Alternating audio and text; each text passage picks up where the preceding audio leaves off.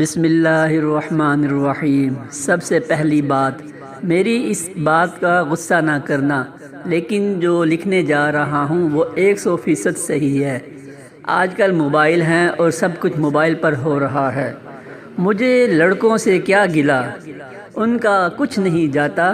غصہ نہ کرنا پلیز لڑکوں، میں بھی ایک لڑکا ہوں، اسی وجہ سے میں جانتا ہوں کہ ہمارا کچھ نہیں جاتا۔ لیکن لڑکیوں، خدارا ایک لمحے کے لیے سوچ کر دیکھنا ضرور۔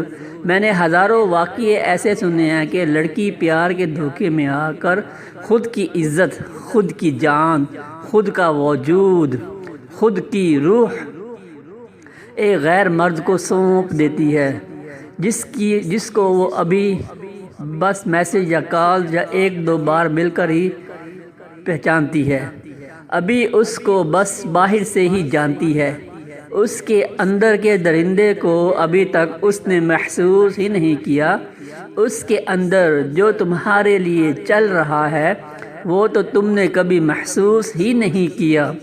لڑکیوں، مجھے بس ایک بات اپنی ایمانداری سے بتا دیں کہ جو ہر روز تمہاری دیکھتا ہو تصویریں، جو ہر روز تمہیں پاکیزہ محبت کی دلیل دیتا ہو، آخر وہ ملنے کا کیوں کہتا ہے بار بار؟ کیا اس بات سے آپ سمجھ نہیں سکتی؟ کیا آپ کا وجود اتنا ہی سستا ہے کہ روح سے محبت کرنے والوں کو ملنے کی بھی ضرورت ہوتی ہے؟ کیا محبت میں فیس ٹو فیس ملنا بہت ضروری ہوتا ہے؟ کیا محبت میں ویڈیو کالز کرنا اتنا ہی ضروری ہے؟ روح سے محبت کے دعوے کرنے والے پھر کیوں روز رات کو ویڈیو کال کا کہتے ہیں؟ آخر ان کو ان باتوں سے آپ کو کچھ سمجھ نہیں آتا؟ کیا پیار میں آپ کو خود کی عزت کا بھی خیال نہیں رہتا؟ یا پھر سب پتہ ہوتا ہے بس جان بوجھ کر ایسا کرتی ہیں؟ چلو ایک بات، پلیز غصہ نہ کرنا، لیکن حقیقت ہے اپنا نہ صحیح، اپنے ماں باپ کا ہی سوچ لیا کرو۔ آج کل محبت کے دعوے کرنے والے آپ کو لاکھوں مل جائیں گے، لیکن نکاح تک لے جانے والے آپ کو 100 میں سے شاید ہی کوئی ایک ملے گا۔